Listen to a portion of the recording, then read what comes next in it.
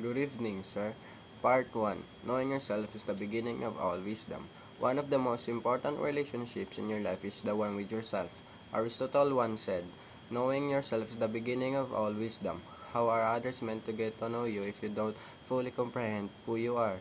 The key to happiness is and leading a fulfilling life is probably developing a strong, positive sense of self-worth, self-acceptance, self-knowledge, self-respect, empathy, compassion, and personal understanding are all necessary for having a good sense of self-worth. It's acceptable if we don't always know how to embrace these things. Attempting is the first step. Try being honest with a relative, friend, or perhaps a mental health professional. It's worthwhile to start along the road to happiness in either case. It's never too late to let go and start down our own unique route. If we follow this path, life is always bringing us more happiness, success, and fulfillment. Every aspect of life is alive and genuine, manifestation of a greater energy that shapes our roads. It's never too late to let go and start down our own unique route. If we follow this path, life has always of bringing us more happiness, success, and fulfillment. Every aspect of life is alive with a genuine manifestation of a greater energy that shapes our roots to power. Let's try to enter the flow of sitting, listening, and waiting rather than pushing things to happen. Discover who you are, walk the correct road, and life happen. If you don't take the time to get to know yourself, you'll end up taking up the different contradicting opinions of others about who you are. The strongest defense against taking in these empowerment ideas from others is to have a very deep understanding of who you are. The path to self-discovery will never stop till death. As stated in Destiny's Odyssey, discovering who you are today is the first step to being who you will be tomorrow. We lie about our feelings and emotions. The only sense our instincts more and lack self-awareness, making us our own worst enemies. Ultimately, we will experience moments of doubt from time to time. You go down unhappy paths when you don't know who you are. We need to start accepting that giving ourselves permission to feel whatever comes up. Your reward for succeeding is the freedom to feel within yourself. You will learn who you are through all of this. Part 2. Self-Awareness. Aristotle was right when he said knowing yourself is the beginning of all wisdom. Getting to know oneself is like questioning whole existence. Just like facing around the mirror, asking yourself, who am I? Is this really what I am, or this the part of who I am? Questions that would make you confused if you're changing, or it was just your unknown self that you are not aware of. I know it was hard to answer, but it was the first step on getting to know more of yourself by answering the questions. What makes it difficult is the thought of your questioning oneself never comes on your mind because you are not aware of yourself, and not being aware would lead your happiness and decisions in life unstable and insecure because you wouldn't how to deal with any obstacle and hardships you'll be facing. The relationship you have to yourself is one of the most pivotal relationships in your life. However, if you are unwilling or unable to look oneself in the mirror, you have not yet laid the groundwork for constructing the life you want. The first and the most important step in living the life you want is self-awareness. Simply said, being self-aware entails having a thorough awareness of your own character. This encompasses your character traits, both good and bad, your ideas and views, your emotion, and your sources of inspiration.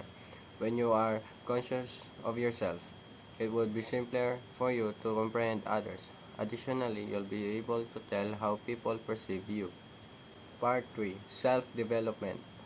Being mindful is important to ourselves, especially for our lives, because being mindful means keeping our minds on what we are doing, which allow us to respond rather than react to circumstance. According to J. Woodman, in every atom there is a reflection of the whole, which means that every single thing made up of many different pieces can be more important or useful. So, being mindful can have a significant impact of our lives. Let us be mindful of our abilities, attitude, and emotion as part of our personal development.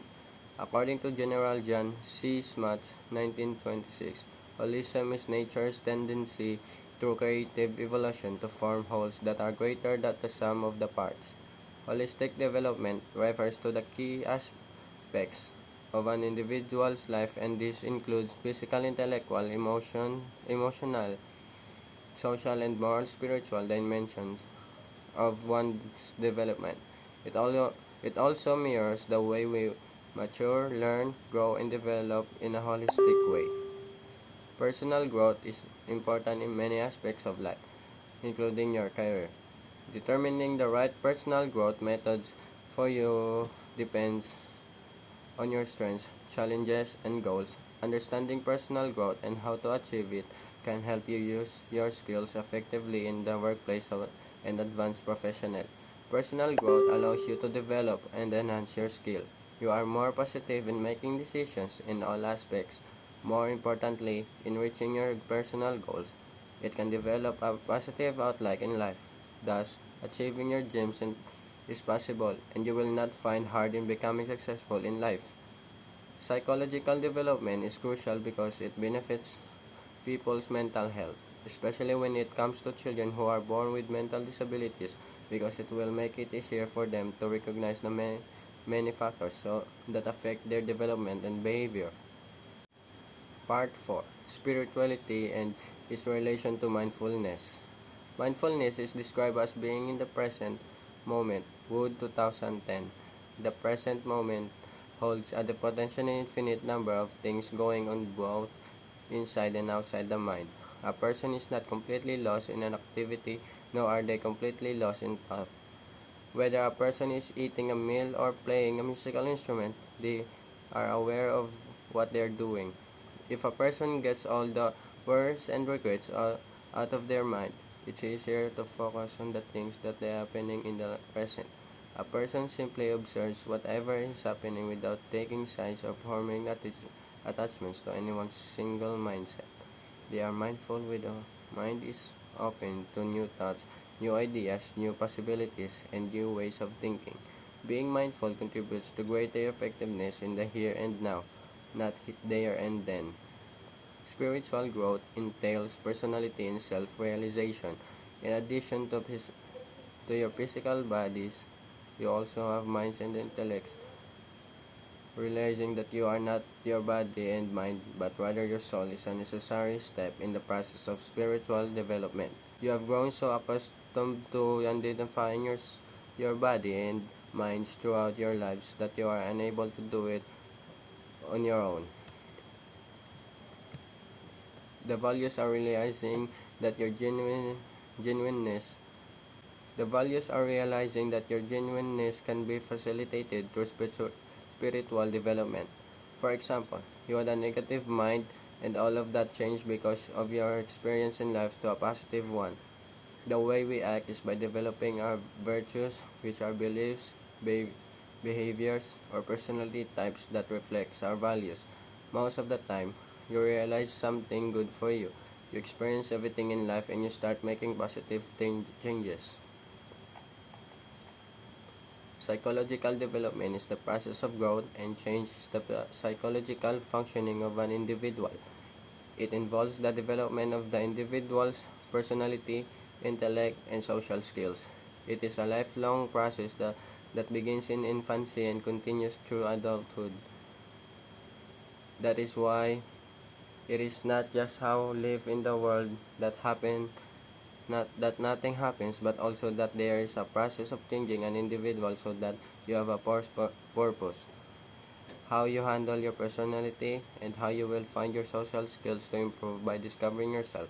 Social and emotional development is how you interact with other people by approaching them with their problems. And it forms a relationship with people so that you belong to a group of friends and be honest and loyal to them. Just like feelings will come up if you're emotional, it is normal for your reactions. For example, if you socialize with others and form a relationship with them, they treat you as a family and give you a gift. And that's when you feel happy and emotional because for the first time you have found a friend who is true to you. Thank you, sir.